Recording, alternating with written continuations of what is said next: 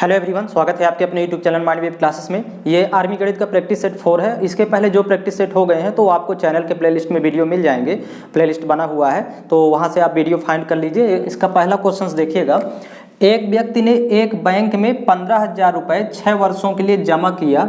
यदि उसे 4500 रुपये का ब्याज प्राप्त हुआ तो ब्याज दर प्रति वर्ष कितनी होगी।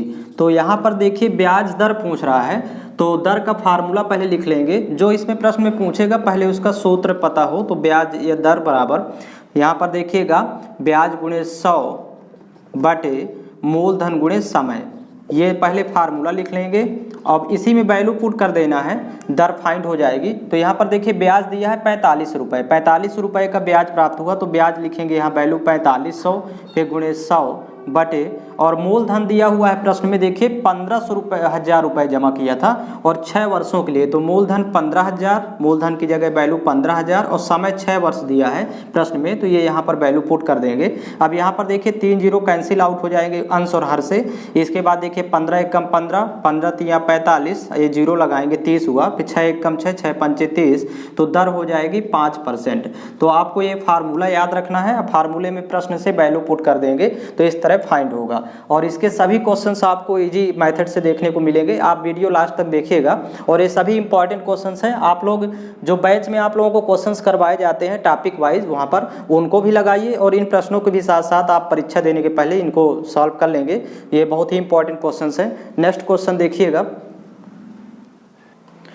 क्वेश्चन नंबर 2 देखिएगा। यक्स और वाई क्रमशः 45,000 रुपये तथा 72,000 रुपये की पूंजी से एक व्यवसाय शुरू किया। यदि 1 वर्ष के बाद 13,000 रुपये का लाभ हुआ हो तो एक्स के लाभ का हिस्सा क्या होगा। तो याद रखेंगे हमेशा कि लाभ का अनुपात जब निकालना होगा, एक्स और वाई 2 व्यक्ति थे तो इनके लाभों का अनुपात जब निकालना होगा तो पूंजी का अनुपात के बराबर होगा लाभ का अनुपात। तो देखिए पूंजी दोनों ने लगाया था 45,000 रुपये और क्रमशः 72,000, तो यक्स 45,000 रुपये लगाया था और वाई 72,000 रुपये। तो पूंजी का अनुपात ही लाभ के अनुपात के बराबर होगा। तो यहाँ पर 0 0 कैंसिल आउट कर देंगे। फिर और देखिए यहाँ पर कैंसिल आउट होगा 9 से, तो 9 पना 45, 9 अट्ठे 72, तो लाभ का अनुपात बन जाएगा 5:8। अब यहाँ पर अनुपातिक योग देखेंगे, दोनों के अनुपात का योग तो 8 और 5 13 होता है और 13 अनुपात की वैल्यू देखिएगा। कुल लाभ दिया हुआ है तो यहाँ पर 13,000 रुपये, तो 13 अनुपात बराबर 13,000 के, तो 1 अनुपात की वैल्यू निकालेंगे। सॉरी यहाँ पर 13,000 है तो देखिए 13 एकम 13, यहाँ भी 13 एकम 13, 1 अनुपात की वैल्यू 1,000 हो जाएगी। तो x के लाभ का हिस्सा निकालना है तो x के लाभ का अनुपात में हिस्सा है 5, तो 5 अनुपात की वैल्यू निकालेंगे। तो जब 1 बराबर 1,000 तो 5 बराबर 5,000, तो यहाँ पर देखिएगा 1,000 से गुणा कर देंगे तो 5,000 रुपये होगा x के लाभ का अनुपात, सॉरी एक्स का लाभ 5,000 रुपये। ऑप्शन नंबर ए करेक्ट है। इसी तरह यदि वाई का लाभ पूछता तो 8 से गुणा कर देते क्योंकि वाई का लाभ का अनुपात दिया हुआ है 8 यहाँ पर, तो दोनों को फाइंड कर सकते हैं। अगला क्वेश्चन देखेंगे। क्वेश्चन नंबर 3 देखेंगे। यदि कोई धनराशि 3% प्रति वर्ष पर 3 वर्षों में 5450 रुपये हो जाती है तो मूलधन क्या होगा। यहाँ पर देखिएगा समय के बाद जो वैल्यू दी हुई है तो ये मिश्र धन कहलाएगी, मतलब अमाउंट दिया हुआ है और मूलधन पूछ रहा है। तो इस तरह के प्रश्न में हमेशा ध्यान रखिएगा, पहले मूलधन का फार्मूला लिख लेते हैं। डायरेक्ट फाइंड करने का फार्मूला देखिएगा मूलधन फाइंड करने के लिए अमाउंट इंटू 100, मतलब मिश्र धन गुणे 100 और बटे होगा 100 धन दर गुणे समय, ये फार्मूला होगा। अब इसी में वैल्यू पुट कर देंगे। अमाउंट दिया हुआ है मतलब मिश्र धन ये दिया है 5450 रुपये, तो यहाँ पर वैल्यू लिखेंगे 5450 गुणे 100 फिर बटे 100 प्लस, अब यहाँ पर रेट इंटू टाइम, तो देखिए 3% दर है और समय दिया है 3 वर्ष, तो यहाँ 3 गुणे 3 करेंगे तो देखिए हर में वैल्यू हो जाएगी 100 धन 3 × 9, तो 100 और 9 जुड़ेगा तो 109 हो जाएगा, मतलब 5450 गुणे 100 और बटे वैल्यू हो जाएगी 109। अब इसको डायरेक्ट कैंसिल आउट कर सकते हैं, 100 पंचे 500 और 9 पना 45, तो 109 पंचे 545, 5 बार जाएगा और 1 जीरो लगाएंगे तो 50 हुआ, तो 50 गुणे जब 100 करेंगे तो वैल्यू हो जाएगी 5,000, तो 5,000 रुपये होगा मूलधन। तो इसका देखिए ऑप्शन नंबर ए करेक्ट है। इस तरह फाइंड करना है, पहले फार्मूला लिखेंगे फिर फार्मूले में वैल्यू पुट करना होगा। नेक्स्ट क्वेश्चन इसका देखेंगे। क्वेश्चन नंबर 4 है, एक कक्षा में 40 छात्र हैं। इन छात्रों में 90% छात्र फाइनल परीक्षा में बैठते हैं। इनमें से 2/3 छात्र उत्तीर्ण हुए तो कितने छात्र फाइनल परीक्षा में उत्तीर्ण हुए? तो इसको देखिएगा, लगाने का इसका तरीका होगा।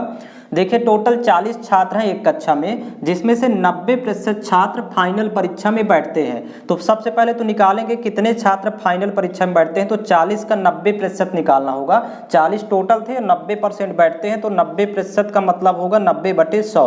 जब प्रतिशत रिमूव करेंगे तो बटे में 100 आएगी वैल्यू, तो 0 0 कैंसिल आउट कर देंगे। 4 × 9 करेंगे तो 9 चौको 36।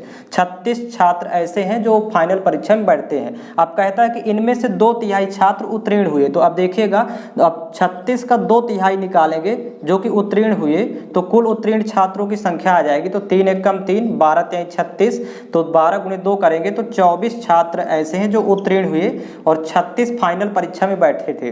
तो यहाँ पर 24 इसका आंसर होगा। ऑप्शन नंबर सी करेक्ट है। तो इस तरह फाइंड करना है। अगला क्वेश्चन देखेंगे।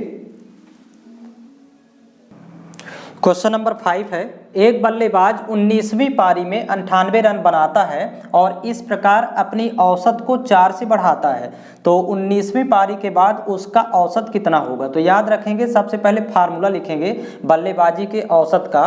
तो यहाँ पर लिख लेते हैं पहले, बल्लेबाजी का औसत बराबर, अब इसको फार्मूले को प्रश्न से ही लिखना है।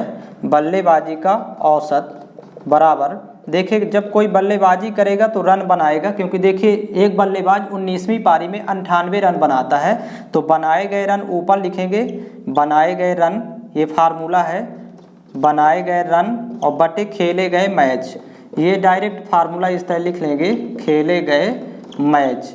अब इसी में वैल्यू पुट करना है। तो प्रारंभ में मान लेते हैं कि बल्लेबाजी का औसत नहीं पता है तो यक्स मान लेंगे, और कितने रन बनाया शुरू में स्टार्टिंग में, तो वहाँ रन वाई मान लेते हैं, स्टार्टिंग में वैल्यू नहीं पता है।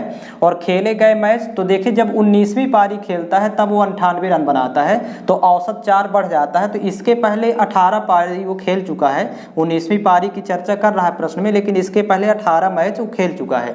तो अब यहाँ पर देखिए तिरिया गुणा करेंगे तो वाई की वैल्यू मिल जाएगी, इसके बटे 1 कर लेंगे, तो वाई बराबर 18x हो जाएगा। यहाँ से y की वैल्यू इसकी जरूरत पड़ेगी अभी, y बराबर 18x। अब इसी में पुनः फिर से देखिएगा, इसी फार्मूले में ही कह रहा है कि 19वीं पारी में, अभी 18 पारी खेला, अब पारी हो जाएगी टोटल 19, एक पारी और बढ़ा देंगे, तो कह रहा है कि 98 रन बनाता है। पहले y रन बनाता था, अब प्लस 98 रन और हो जाएंगे, तो औसत को 4 में वृद्धि हो जाती है, मतलब औसत 4 बढ़ जाता है। पहले औसत x था, अब 4 बढ़ जाएगा तो x + 4 कर लेंगे। अब यहाँ पर देखिएगा पुनः तिरिया गुणा करेंगे, इसके बटे 1 लिख लेते हैं, और यहाँ पर y की वैल्यू ये जो 18x है तो यहाँ पुट कर देंगे, y की जगह 18x। तो जब गुणा करेंगे तो 19 के x का गुणा होगा तो 19x, फिर 19 का 4 से गुणा करेंगे 19 चौक 76 बराबर, और 1 का गुणा जब इससे करेंगे तो सेम वैल्यू फाइंड होगी, मतलब 18x और प्लस 98। अब यहाँ पर देखिए इसको सॉल्व करेंगे, 18x जब 75 होगा तो 19x में 18x घटाएंगे तो 1x बचेगा, और बराबर जब 76 75 करेंगे तो माइनस हो जाएगा। तो देखिए 8 में 6 घटाएंगे 2, और यहाँ पर 9 में 7 घटाएंगे तो यहाँ भी 2, 22, x की वैल्यू 22। मतलब प्रारंभ में उसका औसत x माने थे तो वो 22 है, और 19वीं पारी के बाद औसत हो जाएगा x + 4, 4 बढ़ जाता है। तो यहाँ पर लिखेंगे 19वीं पारी के बाद, क्योंकि प्रश्न में पूछ रहा है कि 19वीं पारी के बाद उसका औसत कितना होगा, तो 19वीं पारी के बाद हो जाएगा x + 4। यहाँ पर देखिए x + 4 हो गया है, तो यहाँ पर वैल्यू पुट कर देंगे x की वैल्यू 22 फाइंड हुई है, तो 22 + 4 26। 19वीं पारी के बाद औसत हो जाएगा 26। इसका ऑप्शन नंबर सी करेक्ट है। इस टाइप का यदि प्रश्न आता है तो आपको इसी फार्मूले में वैल्यू 2 बार रखना होगा, और x की वैल्यू जब फाइंड हो जाएगी तो आप फाइंड कर सकते हैं। नेक्स्ट क्वेश्चन देखेंगे इसका। नेक्स्ट क्वेश्चन देखेंगे, 540 रुपए की धनराशि पर 4.5% प्रति वर्ष के साधारण ब्याज पर कितने समय में 81 रुपए का ब्याज अर्जित होगा? तो यहाँ पर देखिए समय पूछ रहा है, तो समय का फार्मूला लिखेंगे पहले। तो समय बराबर होता है ब्याज गुणे 100, मतलब SI × 100, और फिर बटे में रहेंगे मूलधन गुणे दर, तो मतलब प्रिंसिपल × रेट। अब टाइम निकालना है तो यहाँ पर प्रिंसिपल रेट बटे में आएगा।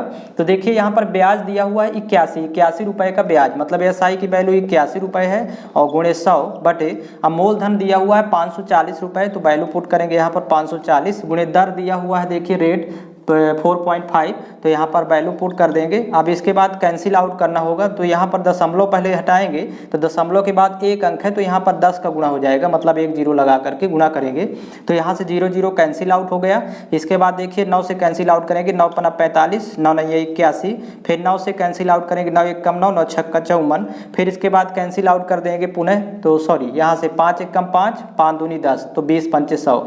अभी 20 है, यहाँ 6 है तो 2 से कैंसिल आउट करते हैं, 2 3 6, यहाँ 2 दाम 20, तो यहाँ वैल्यू बचेगी 10/3, और 10/3 को लिख सकते हैं 3 सही 1/3, क्योंकि समय फाइंड कर रहे हैं तो इतने वर्ष हो जाएगा, या फिर 3.33 वर्ष ऐसे फाइंड करेंगे।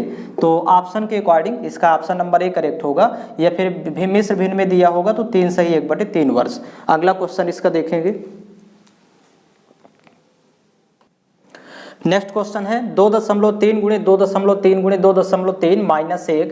तो देखिए यहाँ पर 3 बार गुणा किया है तो इसको a क्यूब लिख सकते हैं, मतलब a का क्यूब। अब माइनस इसको 1 का घन बनाएंगे तो b का क्यूब। तो जब भी अंश में इस टाइप में सर्वसंख्या दिखे a cube minus b cube, इस फॉर्मेट में यदि अंश में लिखा हुआ है, मतलब दो संख्याओं के घनों का अंतर, बीच में माइनस का सिंबल है, तो केवल वैल्यू आएगी a माइनस b, ये याद रखेंगे सोल्यूशन में। तो a की वैल्यू यहाँ पर 2.3 रख लेंगे और माइनस b की वैल्यू 1 मान लेंगे। इतने को सॉल्व करना है, नीचे वाली वैल्यू से मतलब नहीं है, तो इसका सोल्यूशन हो जाएगा। तो जब 2.3 में 1 घटाएंगे तो वैल्यू हो जाएगी 1.3, यही इसका आंसर होगा। तो ऑप्शन नंबर बी करेक्ट है। इतने सवाल को केवल इस तरह सॉल्व करेंगे, a और b की वैल्यू को आपस में माइनस कर लेते हैं, तो ये फाइंड हो गया। नेक्स्ट क्वेश्चन देखिएगा, 30%, 20% और 10% की क्रमिक छूट किस एकमात्र छूट के बराबर है। तो यहाँ पर समतुल्य बट्टा निकालना है। तो 30%, 20% और 10% ये क्रमिक छूट दी गई है। तो मान लेते हैं कि प्रारंभ में 100 थी वैल्यू, या टोटल मान था 100। अब पहले जब 30% की छूट देगा तो 70% बचेगा 100 में जब 30 घटाएंगे,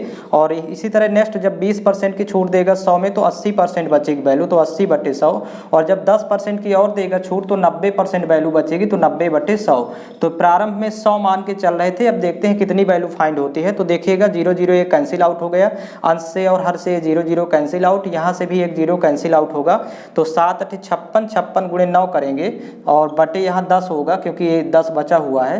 तो देखिए वैल्यू फाइंड होगी, 9 छक्का 54 की 4 हासिल 5, और 9 पना 45, 5 50, तो यहाँ पर बटे 10 है तो 0 हटाएंगे तो दशमलव लगाएंगे, मतलब 50.4।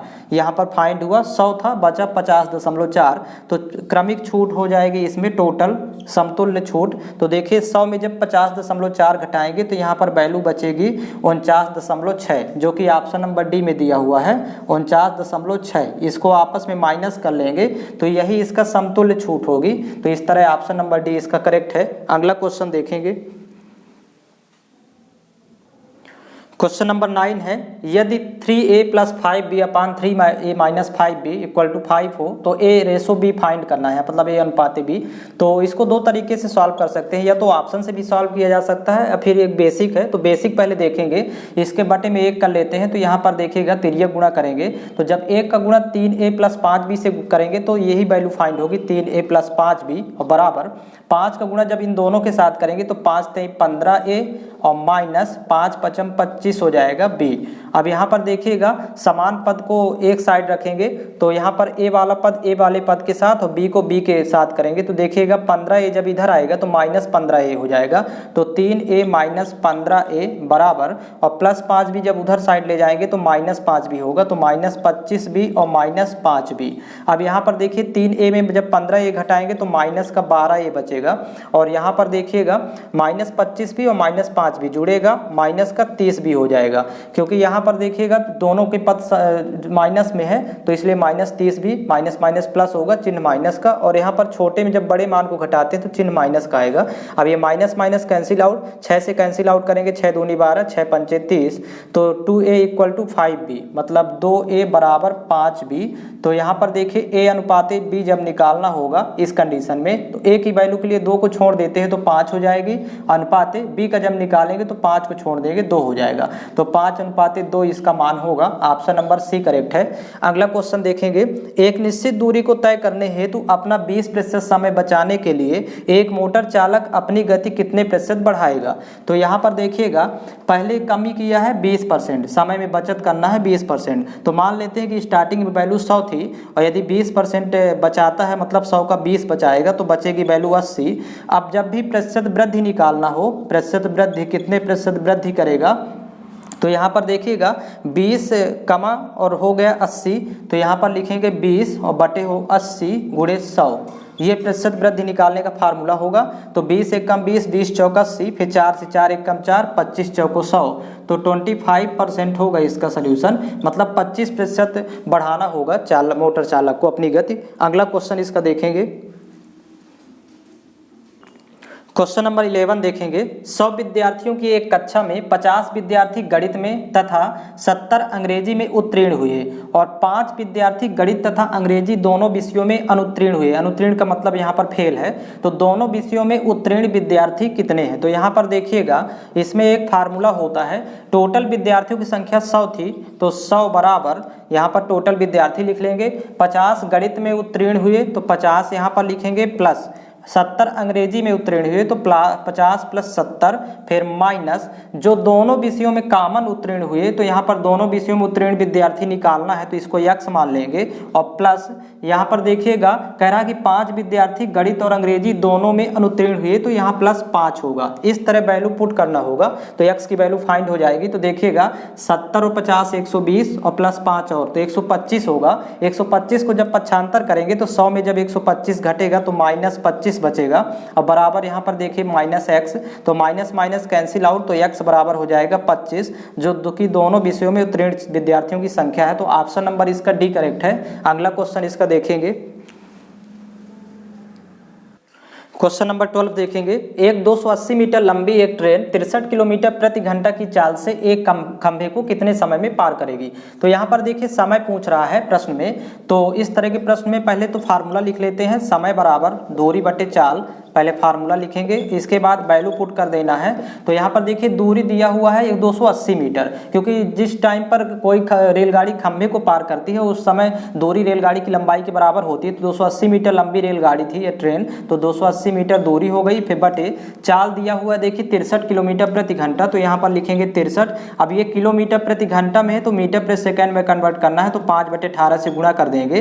तो यहीं पर देखिएगा 280, अब ये 18 जाएगा ऊपर चला जाएगा अंश में, और बटे हो जाएगा 63 गुणे 5, यहाँ पर 63 गुणे 5। अब वैल्यू कैंसिल आउट करेंगे तो मीटर प्रति सेकंड में सेकंड में समय आ जाएगा, समय फाइंड करना है। तो यहाँ पर देखिएगा 9 से कैंसिल आउट करते हैं, 9 7 63, 9 दूनी 18, फिर यहाँ पर 7 से 7 एक कम 7, 7 चौक 28, 40 हुआ, फिर 5 से 5 एक कम 5, 5 8 40, तो 8 गुणे 2 करेंगे तो यहाँ पर 16 सेकेंड इसका सोल्यूशन होगा, मतलब वैल्यू 16 सेकेंड आएगी। ऑप्शन नंबर सी करेक्ट है। तो इस वीडियो में इतने ही क्वेश्चंस कवर करेंगे, इसके नेक्स्ट क्वेश्चन आपको अगले वीडियो में मिल जाएंगे, और डेली प्लेलिस्ट में वीडियो अपडेट कर दिया जाता है एक दिन पहले ही, तो आप प्लेलिस्ट विजिट करके वहाँ से वीडियो फाइंड कर लिया करिए। ये मॉर्निंग में आपको डेली क्लास मिलेगी प्रैक्टिस सेट की, और बाकी स्पेशल बैच में आपको ऑल टॉपिक ऑलरेडी कंप्लीट करवाए गए हैं, तो वहाँ से आप पूरा कवर करके और फिर इसको रिवीजन करेंगे एग्जाम देने के पहले। तो इसमें इतने ही क्वेश्चंस कवर करेंगे।